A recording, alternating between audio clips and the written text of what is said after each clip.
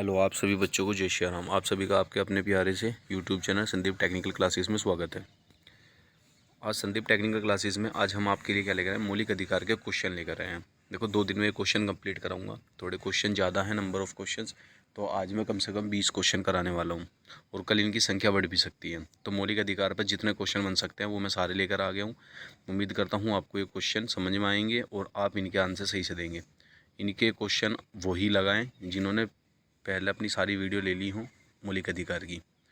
बिना मौलिक अधिकार की वीडियो करें या फिर उससे पहले वाली वीडियो करें, ये टेस्ट ना लगाएं, नहीं तो कॉन्फिडेंस लेवल लो हो जाएगा। तो आप टेस्ट लगाइए, मैं आपको बताता हूँ। मौलिक अधिकार संविधान के किस भाग में वर्णित हैं? मौलिक अधिकार संविधान के भाग 3 में वर्णित दिए गए हैं। मूल अधिकार को सर्वप्रथम किस देश के संवैधानिक मान्यता प्रदान है? यानी कि मूल संविधान जो है वो कहाँ से लिया गया है और सर्वप्रथम जो मान्यता प्राप्त है वो कौन से संविधान के देश के संविधान से मान्यता प्राप्त है? तो संयुक्त राज्य अमेरिका से ली गई है। कहाँ से ली गई है? संयुक्त राज्य अमेरिका से। मौलिक अधिकारों का वर्णन। मौलिक अधिकारों का वर्णन भाग 3 के अंतर्गत दिया गया है। भाग 3 के अंतर्गत दिया गया है और भाग 3 कहाँ से कहाँ तक है? 12 से 35 तक है। Option number A is a right answer. अगला क्वेश्चन, डॉक्टर भीमराव अंबेडकर ने संविधान के किस भाग में सर्वाधिक अलौकिक भाग कहा है? यानी कि किस संविधान के भाग को सर्वाधिक और अलौकिक भाग कहा है? किसने? भीमराव अंबेडकर जी ने। तो भीमराव अंबेडकर जी ने जो कहा है, बताइए कौन सा कहा है? 1 को, 2 को, 3 को या 4 को? बताइए। 1 को, 2 को, 3 को या 4 को? जल्दी बताइए। तो भाग 3 को सर्वाधिक लौकिक कहा है। भारतीय संविधान द्वारा भारतीय नागरिकों को कुल कितने मौलिक अधिकार प्रदान किए गए थे? भारतीय संविधान को नागरिकों को कुल कितने मौलिक अधिकार प्रदान किए गए थे? यानी कि भारतीय संविधान की बात कर रहा है। भारतीय संविधान की बात करें तो क्या लगाना है? 7। कितने दिए गए थे? 7 दिए गए थे। Option number B is the right answer. अब वर्तमान में भारतीय नागरिकों को कितने मौलिक अधिकार प्रदान है? वर्तमान में भारतीयों को 7 मौलिक अधिकार प्रदान है। नहीं, 7 तो हमारे मूल अधिकार में थे, अब कितने हैं? 6। कितने प्राप्त हैं? 6। ऑप्शन नंबर ए इसका क्या है? ए राइट आंसर है। ऊपर वाले का बी राइट आंसर है। ठीक है। भारत के संविधान में मौलिक अधिकार। भारत के संविधान में मौलिक अधिकार कब से हैं?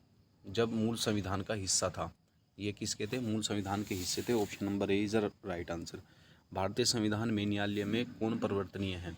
नीति निर्देशक सिद्धांत परिवर्तनीय है, प्रस्तावना परिवर्तनीय है, मूल कर्तव्य परिवर्तनीय है और मूल अधिकार परिवर्तनीय है। बताइए। जो बदले जा सकते हैं। नीति निर्देशक सिद्धांत, प्रस्तावना, मूल कर्तव्य और मूल अधिकार। मूल अधिकार की बात चलिए तो मूल अधिकार ही होंगे। तो 8 का D is a right answer.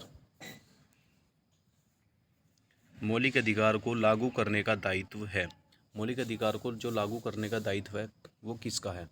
मौलिक अधिकार को लागू करने का जो दायित्व है वो किसका है? देखो, मौलिक अधिकार जो लागू कर सकता है हमारा उच्च न्यायालय और उच्च न्यायालय पर, यानी कि उच्चतम न्यायालय और उच्च न्यायालय, यानी कि दोनों। तो option number C is a right answer, उपयुक्त दोनों। मौलिक अधिकार को जो लागू कर सकता है हमारा उच्चतम न्यायालय और उच्च न्यायालय। उच्चतम और उच्च दोनों न्यायालय, ये हमारे मौलिक अधिकार को लागू करने का दायित्व इन्हीं के पास दिया गया है। मौलिक अधिकार का निलंबन कौन कर सकता है? मौलिक अधिकार का निलंबन कौन कर सकता है? बताइए। प्रधानमंत्री, संसद, राष्ट्रपति, सर्वोच्च न्यायालय। प्रधानमंत्री, संसद, राष्ट्रपति, सर्वोच्च न्यायालय। मोस्ट इंपोर्टेंट क्वेश्चन है। बताइए कौन कर सकता है? तो प्रधानमंत्री कर सकता है, संसद कर सकती है, राष्ट्रपति या सर्वोच्च न्यायालय। बताइए जल्दी, कौन कर सकता है? मौलिक अधिकार का निलंबन कौन कर सकता है? Option number C is a right answer, राष्ट्रपति। राष्ट्रपति के पास ही ये शक्ति हैं। करेगा तो खैर मंत्रिमंडल के सिफारिश पर ही, पर राष्ट्रपति कर सकता है। मौलिक अधिकार का निलंबन कौन कर सकता है? राष्ट्रपति कर सकता है। मौलिक अधिकार के बारे में सुनवाई करने का अधिकार निम्न को प्रदान किया गया है। यानी कि किसको प्रदान किया गया? मौलिक अधिकारों की सुनवाई करने का अधिकार। भाई, जो सुनवाई करने का जो अधिकार है वो किसको दिया गया है? बताइए। सुनवाई करने का अधिकार किसको दिया गया है? तो किसको दिया गया है? सर्वोच्च न्यायालय को दिया गया है, उच्च न्यायालय को दिया गया है, प्रधानमंत्री को, या इनमें से कोई नहीं? बताइए जल्दी, किसको दिया गया है अधिकार? तो ये दिया गया है हमारा सर्वोच्च न्यायालय को। ठीक है, किसको दिया गया है? सर्वोच्च न्यायालय को। संविधान में उद्घोषित मौलिक अधिकार में संशोधन किया जा सकता है। उद्घोषित संविधान में जो संशोधन किया जा सकता है वो किसके द्वारा किया जा सकता है? राष्ट्रपति के द्वारा, सर्वोच्च न्यायालय के द्वारा, संसद के द्वारा, उपयुक्त में से कोई नहीं? बताइए। तो संविधान में जो उद्घोषित मौलिक अधिकारों में जो संसद किया जा सकता है तो उसके लिए बिल पास किया जाएगा संसद में। संसद में बिल पास किया जाएगा तो इसका ऑप्शन नंबर सी कौन सा है? ऑप्शन नंबर सी, स्वीकृति दे सकता है राष्ट्रपति। ठीक है, पर जो बिल पास होगा तो संसद के द्वारा पास होगा संशोधन करने के लिए, संसद उस पर डिसीजन लेगी। निम्नलिखित में से कौन से मामले में उच्च न्यायालय तथा उच्चतम न्यायालय की अधिकारिता में आते हैं? किसके, यानी कि उच्च न्यायालय और उच्चतम न्यायालय किसकी अधिकारिता में आते हैं? केंद्र व राज्य के बीच विवाद में, राज्य के परस्पर विवाद में, मूल अधिकारों का प्रवर्तन में, संविधान के उल्लंघन से संरक्षण में? बताइए कौन सा है इसका? ऑप्शन 30 का कौन सा है?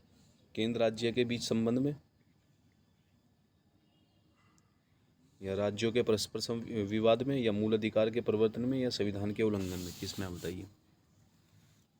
तो किस में है? Option number C is the right answer, मूल अधिकार क्या प्रवर्तन। भारतीय संविधान के अंतर्गत मूल अधिकार का संरक्षण कौन करता है? मूल अधिकार का जो संरक्षण है वो कौन करता है? संसद करती है, राष्ट्रपति करते हैं, न्यायपालिका करती है, मंत्रिमंडल करते हैं? बताइए। जो मूल अधिकारों का संरक्षण है वो कौन करता है? क्या आपके मंत्रिमंडल करता है? नहीं। क्या आपका न्यायपालिका करती है, या संसद करती है? नहीं। राष्ट्रपति करते हैं? नहीं। तो कौन सा करती है? Option number C is the right answer, न्यायपालिका करती है। कौन करती है? न्यायपालिका। मौलिक अधिकार के निलंबन का आदेश कौन दे सकता है? मौलिक अधिकार के निलंबन का आदेश कौन दे सकता है? मौलिक अधिकार के निलंबन का आदेश प्रधानमंत्री, संसद, सर्वोच्च न्यायालय और राष्ट्रपति? बताइए कौन दे सकता है? देखो, प्रधानमंत्री दे सकता है? नहीं, प्रधानमंत्री के पास ये वाली शक्ति नहीं है। संसद दे सकती है, हो सकता है। सर्वोच्च न्यायालय, निलंबन का आदेश उच्च न्यायालय ने कभी इंटरफेयर नहीं करा किसी की स्वतंत्रता में। संसद भी नहीं कर सकती, राष्ट्रपति जी कर सकते हैं, उनके पास ही एक ऐसी शक्ति है जो निलंबन का आदेश कर सकते हैं। मूल अधिकार का पर आवश्यक प्रतिबिंब लगाने का अधिकार किसको है? जो मूल अधिकारों पर आवश्यक प्रतिबिंब लगाने का जो अधिकार है तो वो किसके पास है? राष्ट्रपति के पास है? नहीं, प्रतिबिंब नहीं लगा सकता राष्ट्रपति। ठीक है, निलंबन कर सकता है पर प्रतिबिंब नहीं लगाना, यानी कि रोक नहीं लगा सकता। ठीक है, संसद को है, न्यायपालिका को है, न्यायपालिका को भी नहीं है। अब प्रतिबिंब लगाने का, प्रतिबिंब, हाँ देखो, प्रतिबिंब से तुम्हारे मन में आएगा कि ये हो सकता है न्यायपालिका, क्योंकि न्यायपालिका ही रोकथाम लगाती है, परंतु है किस पे? संसद पर। ऑप्शन नंबर बी, तो संसद पर है ये प्रतिबिंब लगाने का अधिकार। मौलिक अधिकार का प्रमुख उद्देश्य क्या है? मौलिक अधिकार का जो प्रमुख उद्देश्य है वो क्या है?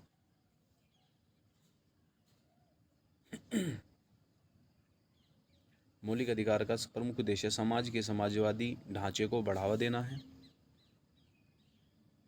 समाजवादी ढांचे को बढ़ावा देना, समाज के, ऐसा कुछ भी नहीं है, सबको बढ़ावा देता है। व्यक्तिगत स्वतंत्रता को सुनिश्चित करना, या फिर न्यायपालिका की स्वतंत्रता को सुनिश्चित करना। देखो, मौलिक अधिकार है तो न्यायपालिका तो ऑटोमेटिक ही है। उपयुक्त सभी को सुनिश्चित करना, उपयुक्त सभी नहीं हो सकते क्योंकि पहले वाला तो गलत हो गया, दूसरे वाला भी इतना वैरी नहीं कर रहा। व्यक्तिगत स्वतंत्रता, यानी कि क्या है? व्यक्तिगत स्वतंत्रता को सुनिश्चित करता है मौलिक अधिकार हमारा। भारत में मौलिक अधिकारों के संबंध में निम्न कथन पर विचार कीजिए। क्वेश्चन नंबर 18 क्या है? मौलिक अधिकार जो है उनके संबंध में जो उसके कथन है उन पर विचार करने के लिए बोल रहा है। यह राज्य कृति के विरुद्ध एक गारंटी पत्र है। हाँ, राज्य कृति के विरुद्ध एक गारंटी पत्र है। हाँ, ये गारंटी पत्र है। यह संविधान के भाग 3 में है, ये तो है ही। ये सामाजिक, आर्थिक और राजनीतिक न्याय सुनिश्चित करता है। तो सामाजिक, आर्थिक और राजनीतिक न्याय ये सुनिश्चित नहीं कर रहा। ठीक है। यह यूएसए के अधिकारों के बिल की भांति नहीं है। अब नीचे देखो, उसके तो बिल की भांति ही है, वहीं से तो लिया गया है। तो option number A is a right answer, A and B, यानी कि 1 और 2 सही है। ठीक है जी मम्मी।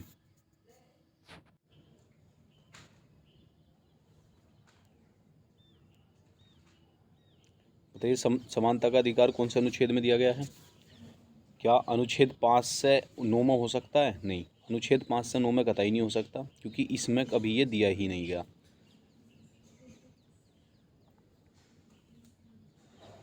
एक मिनट। तो 5 से 9 में हो सकता है? नहीं, 5 से 9 में कभी नहीं हो सकता। समानता का अधिकार भारतीय संविधान के किन 5 अनुच्छेदों में दिया गया? 5 अनुच्छेद कौन कौन से हैं? वो देखो, 5 से 9 है क्या? 5 4 9। पहली बात तो 5 अनुच्छेद दे रखा है इसने, तो 5वें में है? नहीं है, बिल्कुल ही 5 से 9 में नहीं है। अनुच्छेद 9 से 13 में है? 9 से 13 में भी नहीं दिया, क्योंकि 9 से 13 में भी क्या है कि जो हमारे अनुच्छेद हैं वो स्वतंत्रता का जो अधिकार है, और ये जो मौलिक अधिकार है, मौलिक अधिकार 12 से किस में है? 35 के अंतर्गत दिए गए हैं। 12 से 35 में दिए गए हैं, तो 9 का 13 का तो कोई मतलब ही नहीं बनता।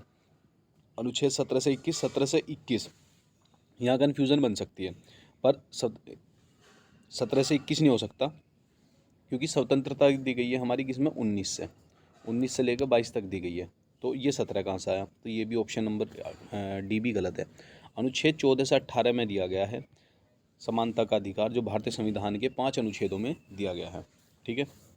भारतीय संविधान के निम्नलिखित अनुच्छेदों में से कौन विधायन सत्ता का पर पूर्ण नियंत्रण लगाता है? बताइए, विधायन सत्ता पर पूर्ण नियंत्रण कौन सा अनुच्छेद लगाता है? ऑप्शन नंबर लास्ट है, लास्ट क्वेश्चन है इस आज की वीडियो का।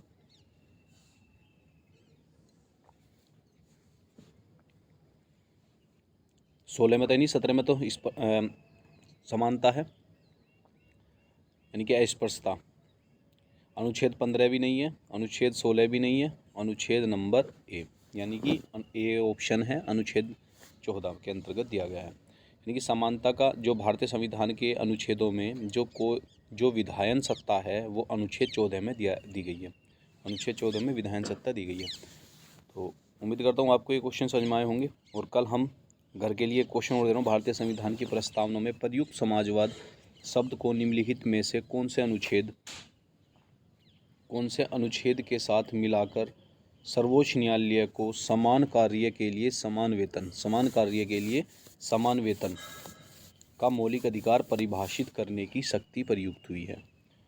क्वेश्चन थोड़ा बड़ा सा लग रहा होगा, पर एक ही है, समान, इतना ध्यान रखना, समान वेतन, समान कार्य के लिए समान वेतन, इतना ध्यान कर लोगे तो अपना आप पता चल जाएगा अनुच्छेद कौन सा है।